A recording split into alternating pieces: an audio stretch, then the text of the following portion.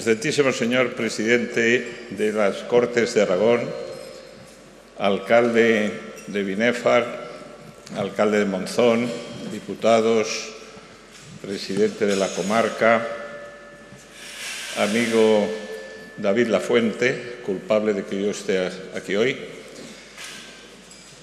Paco Aznar, señoras y señores.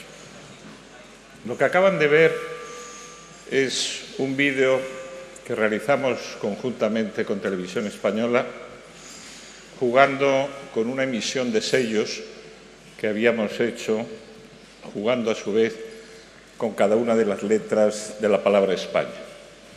Hicimos una emisión de 7 sellos, uno sobre marca España y luego uno por cada una de las letras de la palabra España, uniendo la E al mundo de la empresa, al mundo empresarial, la S como sol al mundo del turismo, la P al patrimonio, la A al arte, la ñ el símbolo de nuestra lengua y la A al mundo del avance, la innovación y la tecnología. Porque nos parecía que así de alguna manera simbolizábamos un poco lo que son los principales atributos de nuestro país. Faltan otros muchos. Había que concentrarnos en algunos, pero de alguna manera sí llevábamos este mensaje de lo que es España hoy. Este vídeo se ha proyectado ya en muchas televisiones extranjeras, tiene una audiencia ya superior a los 200 millones, solo en la India lo han visto 60 millones de personas, y es uno de los instrumentos que utilizamos para promocionar lo que es España. Todavía con alguna frecuencia me preguntan, ¿pero qué diablos es esto de la marca España? Pues la marca España no es otra cosa que la imagen que nuestro país proyecta, las percepciones que los demás tienen sobre nuestro país. Si yo les digo el nombre de cualquier país, cada uno de ustedes tendrá una determinada percepción. Si les digo Noruega, por ejemplo, pues algunos pensarán que es un país nórdico, donde hace frío, donde hay un paisaje muy bonito, donde hay unos fiordos, donde hay unos grados de igualdad entre hombre y mujer de los más elevados del mundo, donde hay petróleo del Mar del Norte. Cualquier elemento de información que tengan sirve para que se configure una imagen de ese país. Y luego, cuando se planteen ustedes hacer un viaje, pues en función de esa información que tienen, considerar si resulta atractivo, si merece la pena elegir para sus vacaciones Noruega. Y si tienen que comprar algún producto, pues también influirá en esa decisión suya de compra el país que está detrás. Porque al final la imagen de un país es lo que hace que ese país sea atractivo para visitarlo, para estudiar, para trabajar en él, para comprar sus productos, para hacer negocios con él. Y todos los países, y muy especialmente en los últimos 20 años, se preocupan de su imagen, se preocupan de cuidar, igual que todas las empresas, de cuidar que lo que le llegue al público, ese mensaje, esas percepciones, sean lo mejor posible. Y si tú no cuidas tu imagen, los demás se ocuparán de cuidarla con comillas, de destruirla o de desprestigiarla. Por tanto, el tema de cuidar la imagen de un país, que es el propósito de Marca España, es un tema ya verdaderamente contrastado en muchos países y al que nosotros nos hemos incorporado con algún retraso, con esos 3 años y medio que tiene en este momento de nacimiento. Nosotros nacimos probablemente en uno de los peores momentos que ha atravesado nuestro país en los últimos años, en mitad de una crisis muy profunda que había afectado a todo el tejido empresarial español y que había afectado a nuestra imagen en el exterior. No era infrecuente ver portadas de revistas económicas donde se jugaba con la palabra Spain y se caía la S, quedando pain, o sea, dolor, sufrimiento, eso acompañado de un toro que tenía la espada metida por la mitad, o esa denominación de pigs, de cerdos, con que nos obsequiaban algunas publicaciones anglosajonas a los países del sur de Europa, Portugal, Italia, Grecia, España. Esa era la situación que teníamos cuando hace 3 años y medio nacíamos y la prima de riesgo se nos disparaba hasta niveles próximos a 700 puntos y cuando, de alguna manera, economistas muy prestigiosos como Rubini o Paul Krugman o Stiglitz, los 3 premios Nobel de Economía, escribían columnas en las cuales aseguraban, recomendaban, vaticinaban y afirmaban que España no tenía otro camino que el del rescate. Afortunadamente, 3 años y medio después, hemos superado los mayores riesgos. Tenemos todavía muchísimo que mejorar, que recorrer, pero no estamos en esa situación tan dramática como cuando nacimos. Cuando nacimos, yo me dediqué a ir a visitar y a recibir a personas que crean opinión en el mundo, periodistas, analistas de inversión, bancos, personas que de alguna manera emitían opinión sobre España. Y la opinión que se emitía pues era una opinión muy negativa. 1 año y medio después, viendo algunos de esos, me recordaban cómo España en aquel momento estaba ante un semáforo rojo que recomienda pararse, detenerse, no seguir adelante, no hacer negocios con España. Después estábamos ya en un semáforo naranja, que quiere decir los más prudentes dan el paso, los demás esperan, y ahora, afortunadamente, estamos en un semáforo verde. Nosotros seguimos una serie de índices para ver cómo evoluciona la imagen de nuestro país y cómo evoluciona en relación a los demás.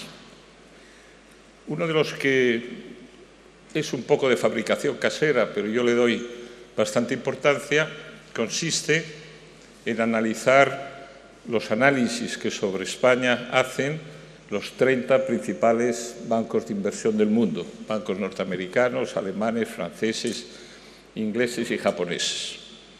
A finales del año 2012, de esos 30 análisis, 25 recomendaban vender.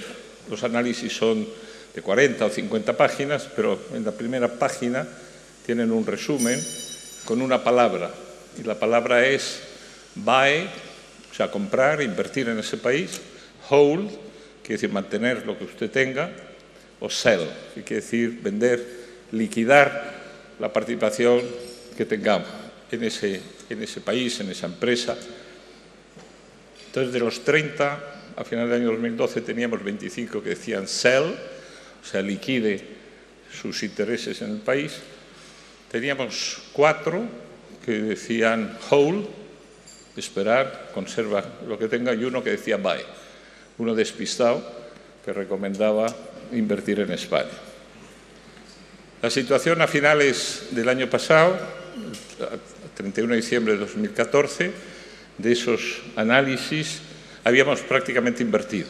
Habíamos pasado de tener 23 que recomendaban buy, 5 que recomendaban hold y 2 que todavía pensaban que no era un buen sitio donde invertir España. Y esto se ha logrado con el esfuerzo de todos los españoles, de todos, porque de alguna manera la marca España la hacemos entre todos.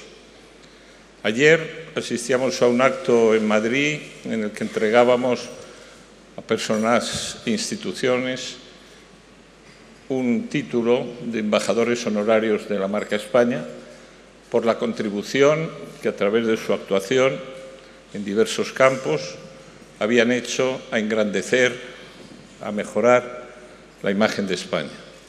Y ahí insistíamos en que la marca de España se hace por todos, porque la marca de un país se construye poco a poco. Arrancamos de una historia y arrancamos de clichés donde nos han encasillado o donde estamos porque nos lo hemos merecido también. Y poco a poco, con el esfuerzo, con el trabajo, se puede ir subiendo o se puede ir bajando. Y tenemos países que a lo largo de la historia han mejorado sustancialmente su imagen y otros que la han deteriorado. En el primer grupo pues, podemos hablar de países como Alemania o como Japón o como Corea, que tenían mala fama, mala reputación, mal prestigio, y hoy lo tienen bueno. Y en el otro lado pues, podemos hablar de países como Argentina, la quinta potencia del mundo al acabar la Primera Guerra Mundial, y hoy pues, un país con el que nadie quiere hacer negocios. Y no digo nada en el caso de Venezuela, pero en fin, podríamos mencionar bastantes. Luego, arrancamos de una constatación de que con esfuerzo, con trabajo, con dedicación, se puede cambiar la imagen de un país. No estamos condenados a tener una determinada imagen.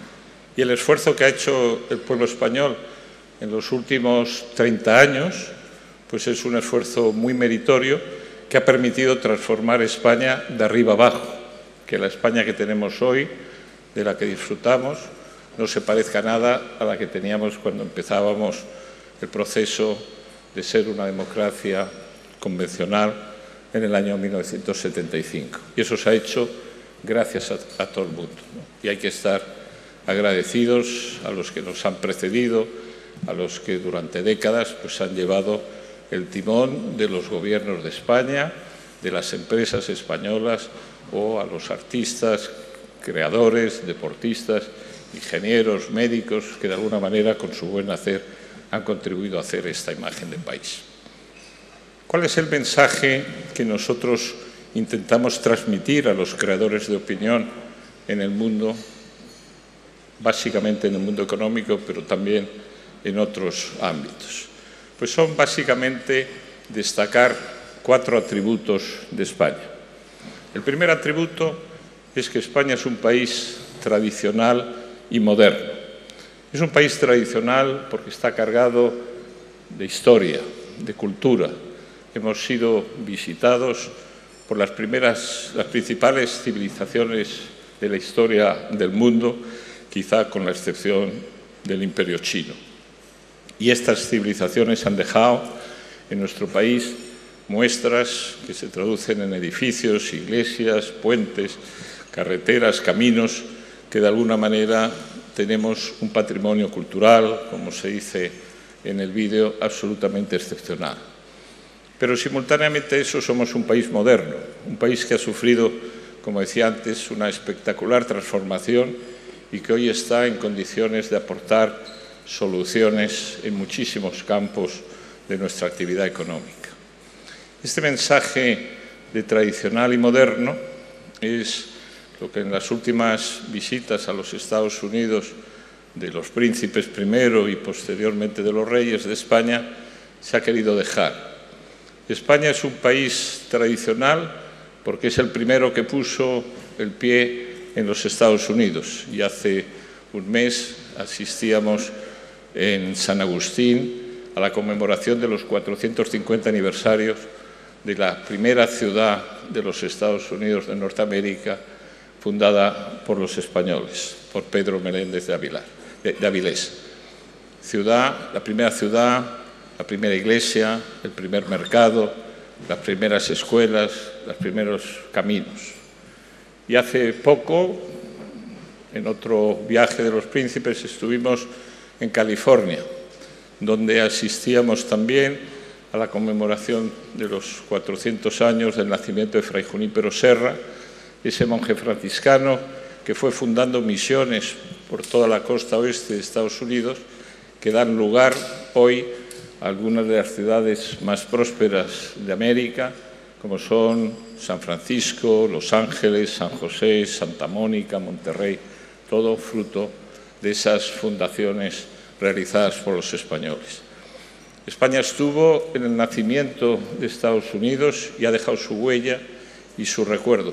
Pero España está hoy, porque no solo es un país tradicional, sino también moderno, está hoy construyendo gran parte de las infraestructuras de Estados Unidos.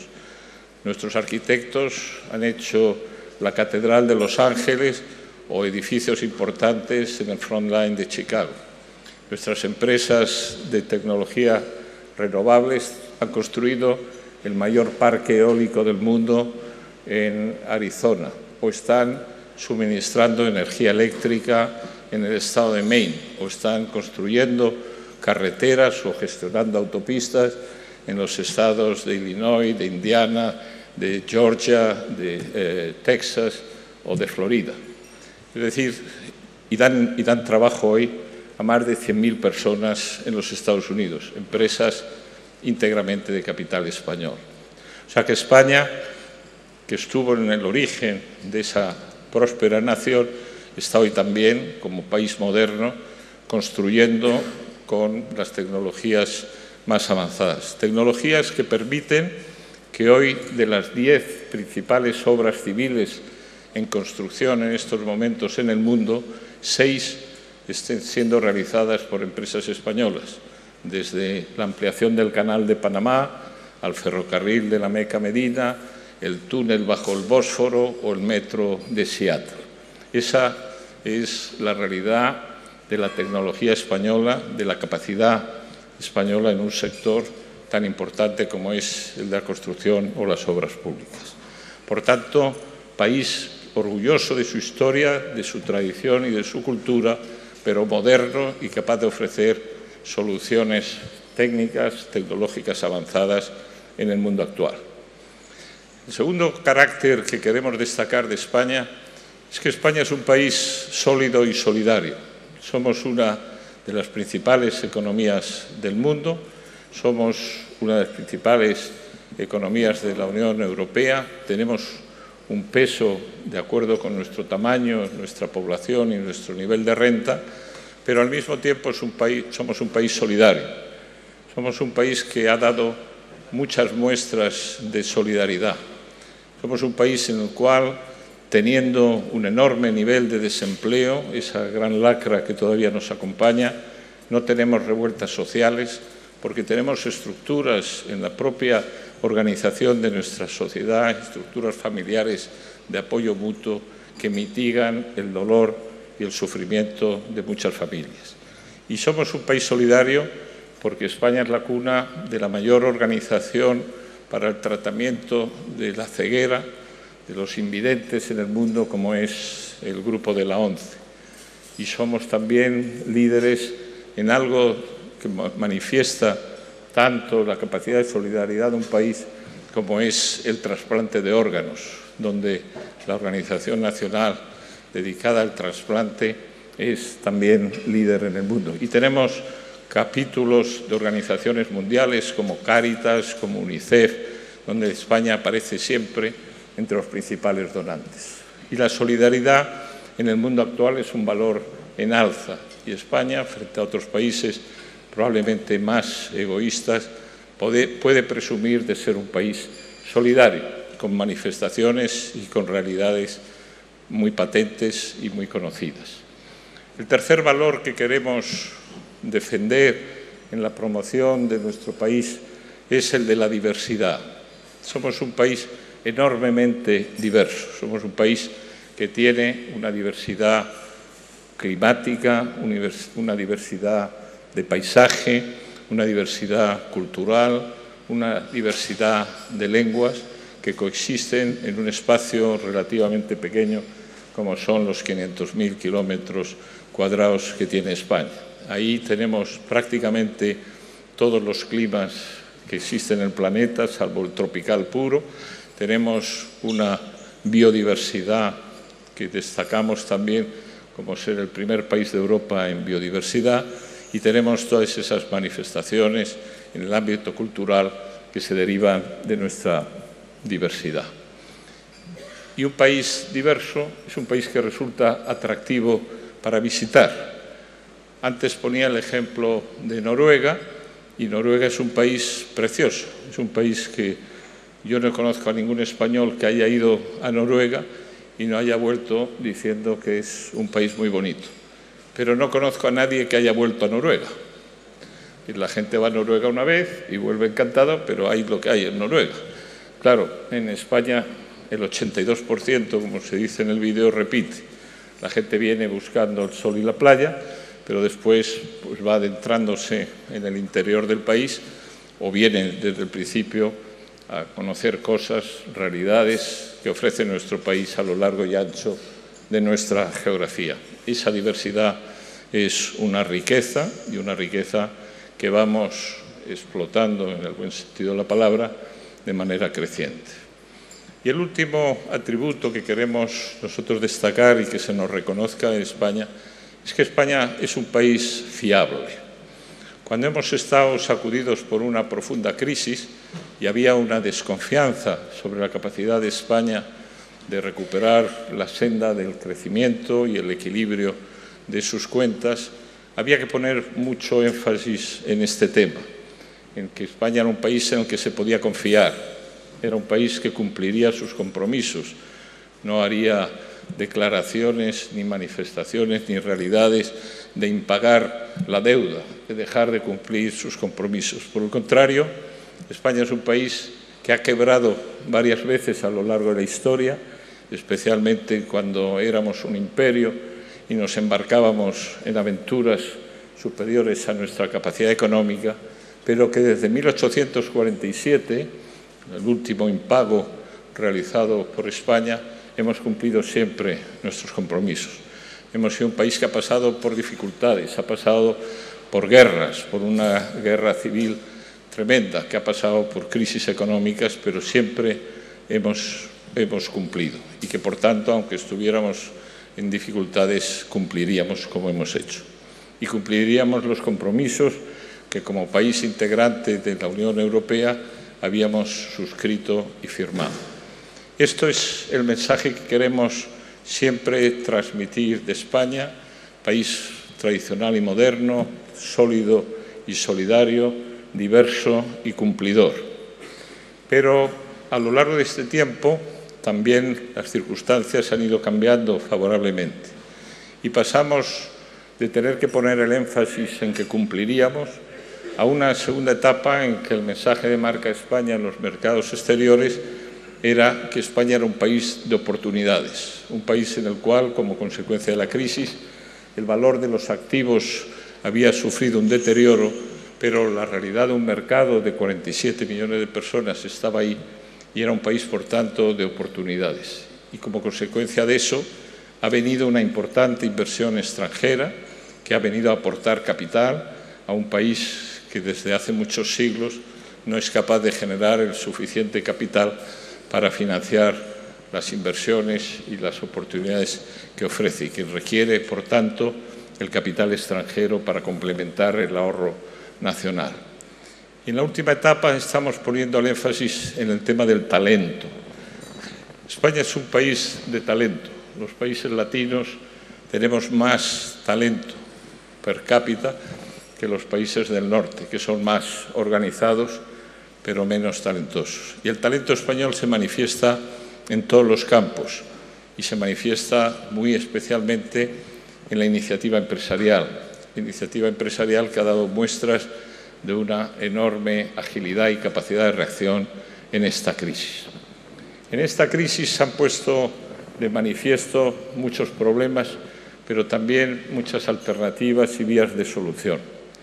Y el empresariado español básicamente ha entendido que no puede seguir dependiendo de un mercado interior, que el mercado interior, que puede ser próspero, y en el caso español lo fue durante nada menos que 13 años, cuando los demás países socios nuestros en Europa o miembros de la OCDE sufrían las oscilaciones de hasta 2 ciclos, nosotros en el periodo que va desde la finalización de los Juegos Olímpicos, el año 93 fue el último año en que la economía española cayó el PIB, es decir, el crecimiento se convirtió en decrecimiento. Desde el año 1994 hasta el año 2012 hemos tenido hasta el año 2007, perdón, hemos tenido 13 años, de 1994 a 2007, 13 años de crecimiento continuo.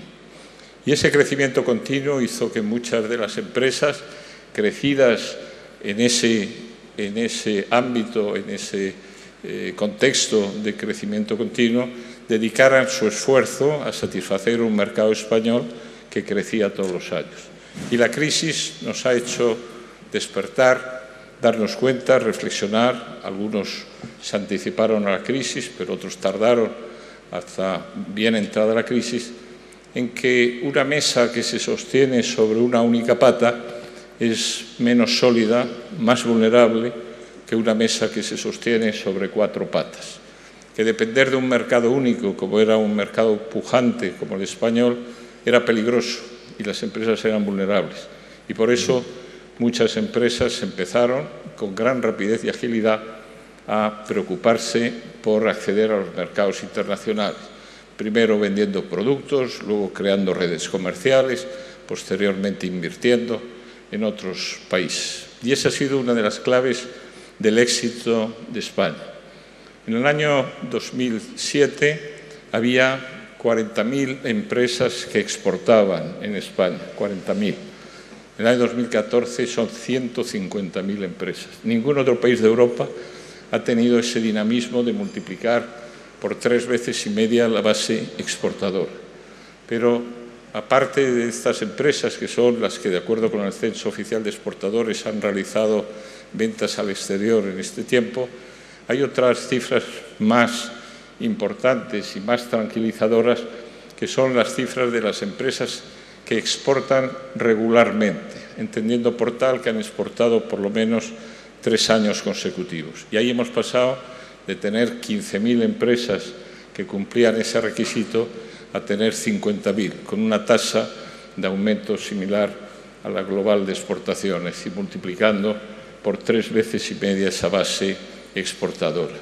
Y esa base exportadora solo se consigue cuando las empresas son competitivas, porque de alguna manera los mercados exteriores lo que hacen es ponernos la prueba del nivel de competitividad de nuestro país. Si nuestras empresas no son competitivas, no pueden exportar, porque estamos en un mundo global en el que los jugadores, los competidores son muchos, y para poder acceder al consumidor o a la industria que nos compre nuestros productos, tenemos que estar en línea de competitividad. Lo que se ha hecho en estos años por parte de las empresas españolas, yo lo considero de formidable, de verdaderamente una revolución en la manera de concebir el negocio, de organizar la empresa. La exportación ha dejado de ser una actividad residual en donde alguno que hablaba o chapurreaba algunas palabras en inglés se le encargaba que se ocupase de ver si había oportunidad de vender lo que se produce, en una transformación en la cual la exportación se ha convertido en un centro de la actividad empresarial. Y las empresas se han organizado para eso, para atender lo que piden los mercados internacionales. Y entrando en los mercados internacionales se nos obliga, como decía, a ser competitivo, a cumplir con normas de calidad, a ser absolutamente cuidadosos de todo el proceso, desde la presentación del producto hasta su empaquetamiento, su presentación, la marca, etcétera, etcétera. 1000 cosas que de alguna manera exigen los mercados internacionales y que sirven de motor para nuestra propia mejora interna de las empresas. Y en este mundo de la exportación hemos tenido grandes campeones, grandes empresas, pero también muchas pequeñas y medianas empresas. Hace no poco estuve en la India y verdaderamente produce una satisfacción inmensa el ver que hay más de 300 empresas de todo tamaño, grandes, medianas y pequeñas, que están establecidas en la India, que tienen fábricas o que tienen centros de producción o de transformación importantes en la India. Hace solo 25 o 30 años quizás, solo había una empresa española que estaba en la India. Y lo mismo puedo decir de otros mercados lejanos y difíciles de acceder, pues como es obviamente China o como son países del sudeste asiático, porque siempre se empieza exportando donde es más fácil o donde es menos complicado, que son los países más próximos o los países que hablan nuestro idioma. Y por eso todavía una gran parte de nuestra exportación está centrada en Europa, en nuestros países vecinos o en Latinoamérica. Pero el resultado de este enorme proceso de transformación produce datos y hechos que hubieran sido absolutamente inimaginables hace años. Si yo les digo que la balanza comercial con Francia es por tercer año consecutivo favorable a España, pues verdaderamente es algo que a mucha gente le produce sorpresa. Estamos vendiendo, digo, por tercer año consecutivo, más productos y servicios a Francia que los que compramos de Francia. Si les digo que el año 2014, el último año cerrado, hemos tenido una balanza comercial con Estados Unidos, pues alguien puede dudarlo, pero es cierto. Hemos vendido más a los Estados Unidos que lo que hemos comprado de un país que nos lleva gran ventaja. Luego, por tanto, para todos aquellos que inician la aventura de la exportación, hay una referencia real de muchas empresas en muchos sectores que han demostrado que es posible esa aventura complicada al inicio, para la cual muchas veces las empresas no están preparadas, pero que aquellos que lo persiguen lo consiguen.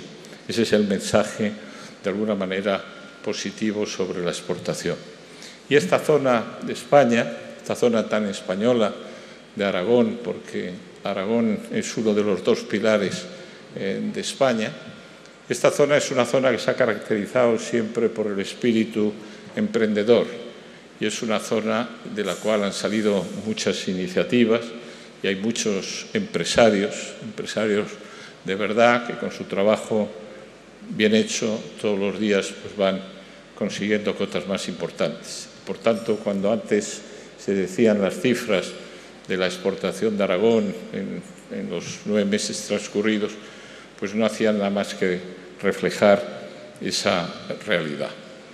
Esto es un poco, en resumen, lo que yo quería contarles en esta intervención, que no quiero que se alargue más porque me interesa más consumir algún tiempo en las preguntas que pueda suscitar estas reflexiones que les he presentado, pero sí quisiera dejarles un mensaje de optimismo, un mensaje que está de alguna manera recogido en el vídeo, y es que hemos recorrido todos juntos un camino difícil, complicado, no sin pequeñas montañas, pero en el cual hemos avanzado mucho.